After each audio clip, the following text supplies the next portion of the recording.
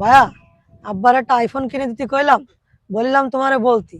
তা আব্বা কি তোমার কিছু বলিছে? না, আমারে কিছু বলিনি। তা তোরে যে এই যে গ্রাম থেকে আইনে আমি শহরে পড়াচ্ছি, আমার যে কি পরিমাণ টাকা খরচ হচ্ছে তুই এগুলো বুঝিস? আমার অনেক টাকা খরচ হয়ে যাচ্ছে।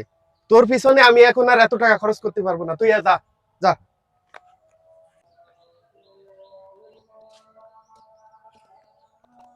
আমিতে আনলাম, এত টাকা খরচ হচ্ছে, তারপরেও লাখ লাখ টাকার ফোন চাই। বোঝে না, ছোট ভাই তো। আমি তো দিতে চাইলাম এটা। কি আছে তানিন? ভাইয়া আমি তো পাশে দাঁড়ায় সবকিছুই শুনলাম। আপনার এই ছোট ভাইরে আপনি গ্রামের তো তুলে আইনে শহরে রাখে পড়ালেখা করাচ্ছেন, অনেক টাকা খরচ করতেছেন। ও ছেলে তো বেশি সুবিধার না, তো এখনই আপনার কাছে আইফোন চাচ্ছে 1.5 লাখ টাকা দেবে। 2 দিন পরে তো আপনার কাছে জমি তোমার ভাগ চাইলো বলে। আমার ছোট ভাই আমার কাছে কি চাচ্ছে না চাচ্ছে সেটা তো আমি বুঝবো। আমার জলে না, তোর জলে কেন? নাঠা বাতাতি আসো, যাও এখান থেকে যাও।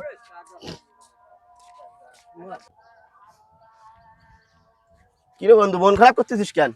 তুই তো তোর ভাইয়ের কাছে সামান্য আইফোনই চাইছিস। তোর ভাই তো লাখ লাখ টাকার মালিক, একটা আইফোন কিনে দিলে কি হয়? হ্যাঁ, তোর সব কিছু তো বঞ্চিত করে ফেলবে।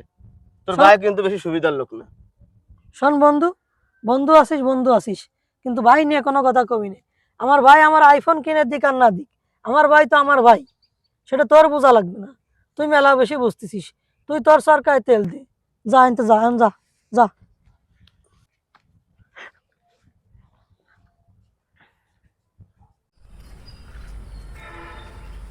এ রাজ, এদিকে আয়। কি ভাই? তুই না একটা আইফোন চাইছিলি? এই নে তোর আইফোন।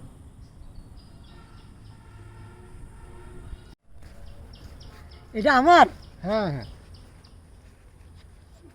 সমাজে এরকম লোক থাকে যারা ভাই ভাইয়ের মধ্যে দ্বন্দ্ব সৃষ্টি করে। এই সমস্ত লোক হতে দূরে থাকুন এবং ভাই ভাইয়ের মধ্যে সুসম্পর্ক বজায় রাখুন।